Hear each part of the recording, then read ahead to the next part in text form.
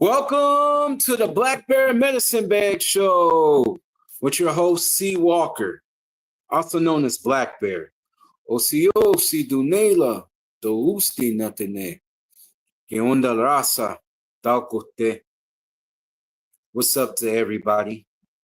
Let's just jump into the topic, which is Lumbee federally recognition and the Pequot massacre.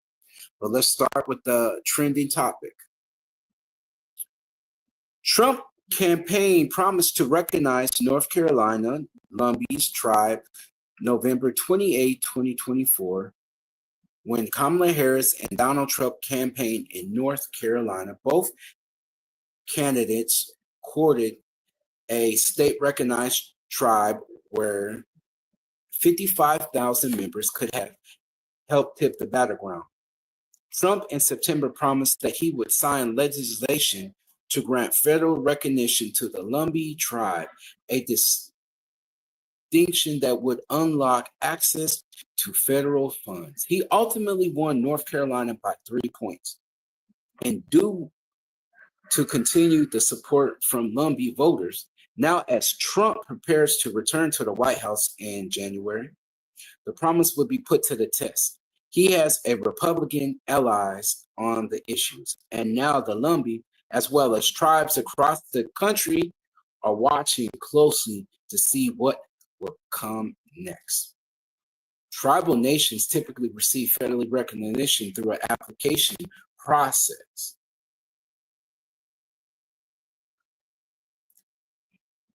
With the Department of Interior, but the Lumbee have been trying for many years. Now, 4 years ago, I remember when Trump tried once before, but it got shot down by a congressman who was backed by a Montana native who said, no, these ain't real Indians. See, the problem is that they were at one time called Cherokees of Robeson County. And then they're a mix of white, black, and native. And they don't have a language. And I guess that's one of the criteria that if you typically have to go to the Department of Interiors and you have to have a language, a vibrant language. And if you don't have nobody speaking your tribal language. And the other people have said that Tuscarora, they come from Tuscarora. You know, the issue with Tuscarora, they said all Tuscaroras went to New York. But that's not true. There was 300 families that stayed behind. So there's a lot of different feelings among the natives in that part of North Carolina and that part of Indian country about why they shouldn't receive recognition. But when it boils down to it, I'm going to say that certain native nations don't want them to get federal funding because now they got to share what extra. Instead of 574, they got to be shared. Now it's 575.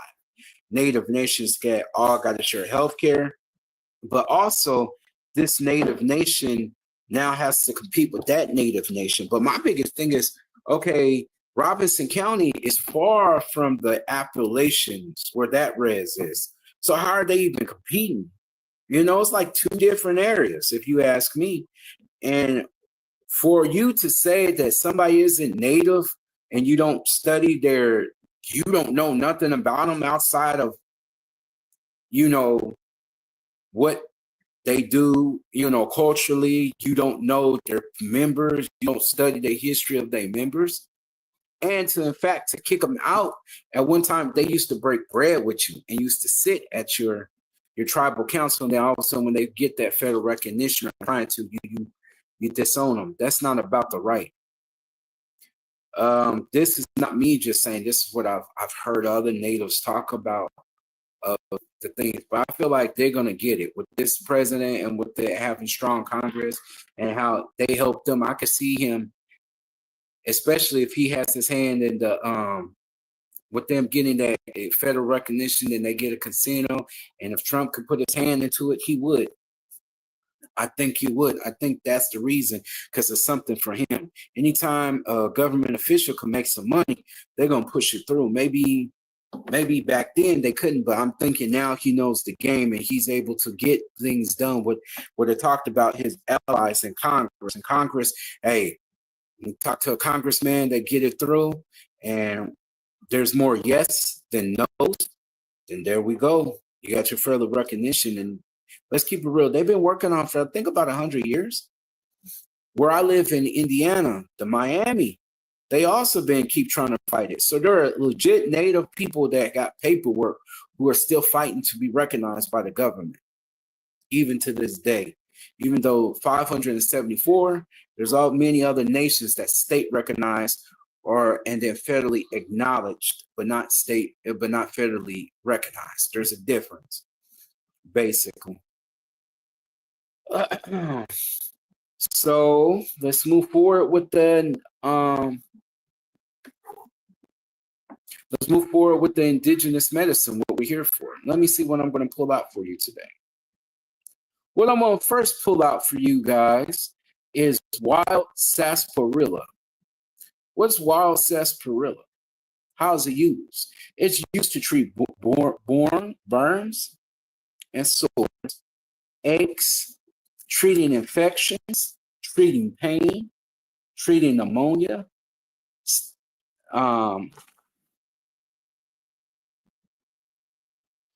treating joint pain, treating leprosy, treating syphilis. Yes, that's right, treating syphilis. Under the U.S. pharmacology said this is one of the things they use to treat syphilis. That's right.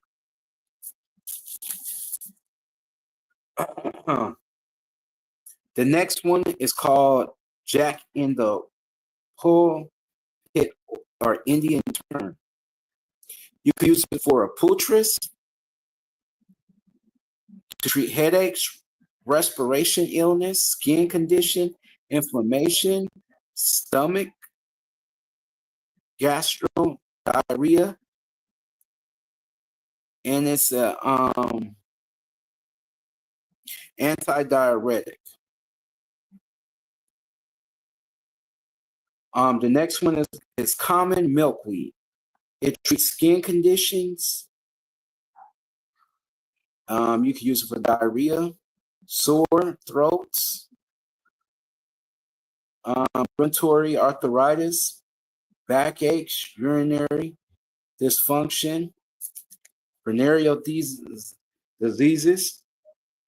It's a topical treatment, and you could use it also as a tea or a pultris.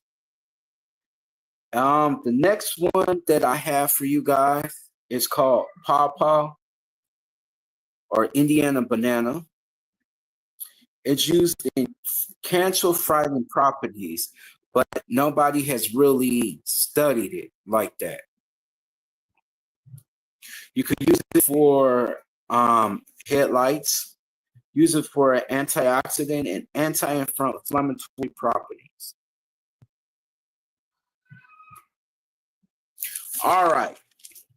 Moving on to the discussion in tonight's, we will be talking about the Pequot massacre that happened in 1637. The name again is the Pequot massacre that happened in May 2nd, 1637.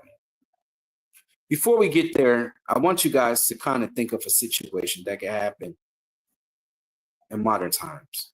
You and your family are sleeping at nighttime. You guys hear gunshots. So you guys awake trying to see where it is. So you locate where it is. Then you guys see smoke. You see smoke coming up. It's a black cloud. And then on top of that, you hear more gunshots. Then you try to get out the one door and it's not working. But you guys are able to call for help. And then as you guys jump out the window, people are shooting at you. But luckily, the police arrive to your rescue, and all is safe. Well, this was a far different situation that happened at the Pequot massacre, where they were unalived in 1637. May 2nd, 1637. The person was a Connecticut colonial captain, John Mason, along with his Narragansett and his Mohegan Illinois. allies, they first went in there and they went to try to slay the people. That didn't work. They knocked down 150 warriors that was there to protect the people. And then on top of that, then they went in there to try to slay everybody.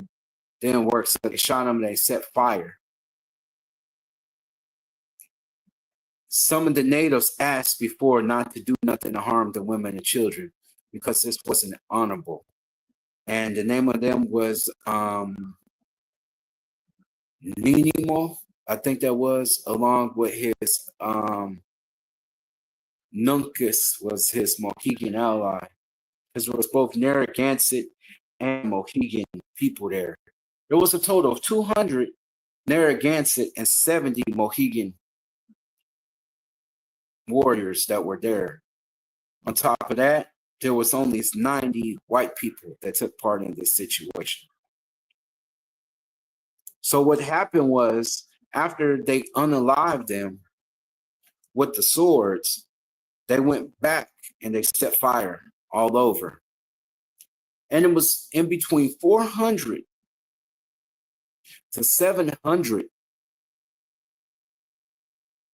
Pequot people that was unalived that day on May 2nd, 1637. The only survivors were warriors away in Satika's other village because they went on a raiding party. That's right, they went on a raiding party, and that's what saved their life. Now, when the warriors saw what happened to Fort Mystic Village, they started to chase after the colonial colonizers, along with the Mohegan warriors and the Narragansett. 40 Narragansett were wounded during this situation. In between, I believe, in between the fearful colonizers chasing after them, running and shooting any native that was coming after them and running with them. They probably thought they were running after them because they knew they did some foul, disrespectful thing. Who kills women and children? Who does that? Just some weak people. They couldn't go against the real 300 warriors. You had to go against women and children. Why would you do that?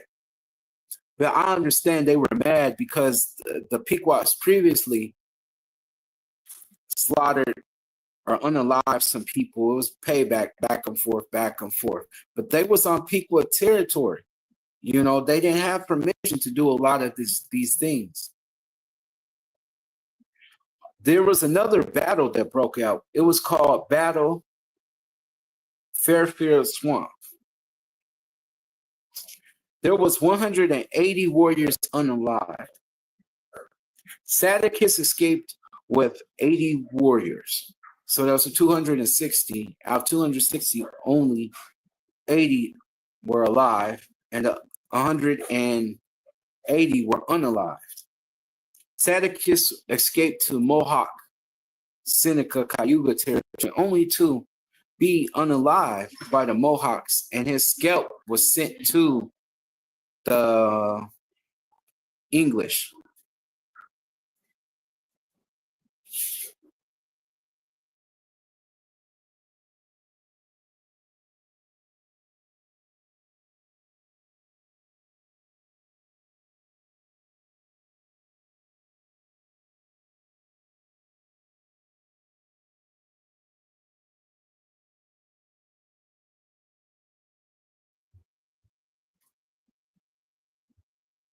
Excuse me, sorry about that technical difficulty.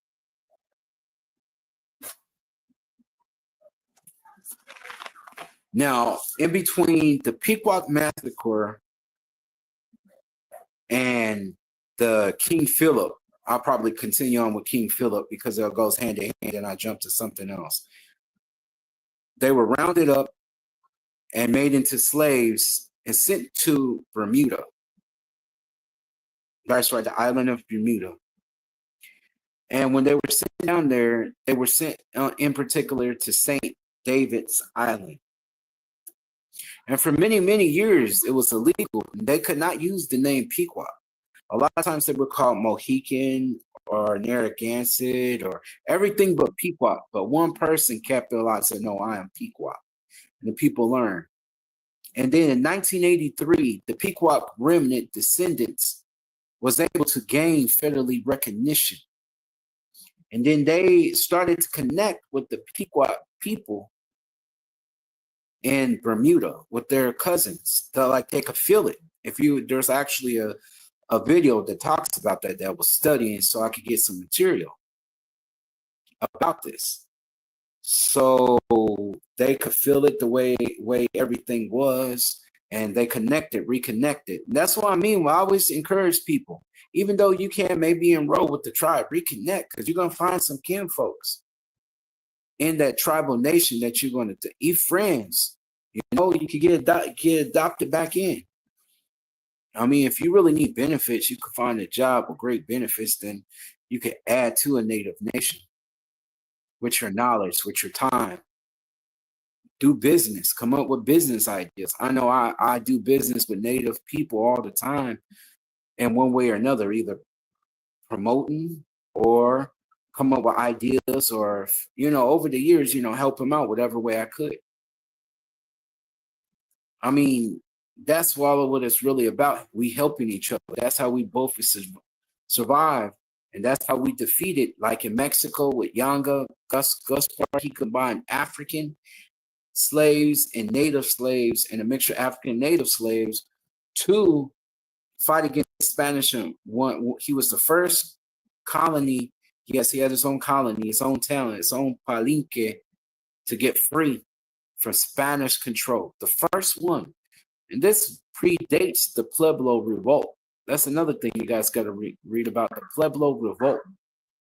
There was many nations in the Southwest that went against the Spanish. United we stand, divided we fall. It's up to you to choose how you build your family up, how you build your native nation or your hood or your barrio up. It's up to you to pick. 7 generations ago, our people decided that we would be here. Now we could decide what it looks like for 7 generations in the future. Also, I'm happy to announce that Black Bear Medicine Bag will be working with an indigenous person from Canada that will assist me in making medicine bags. That will be a live show like it is now. I do all my shows live. I don't pre-record. I just like to be live. So if you guys are interested in coming to that, let me know. Inbox me and I will respond back to you. Because this is all what I try to push is indigenous culture. Linking whatever native nation. I keep doing this for the people, for my ancestors, for the people in my family who couldn't be native at the time because of trying to survive. All right. Well, I'm going to tell you guys good night until we meet again. Take care of yourselves. Love your family. Love your neighbors and keep it pushing forward. And forget about the haters. All right. Thank y'all.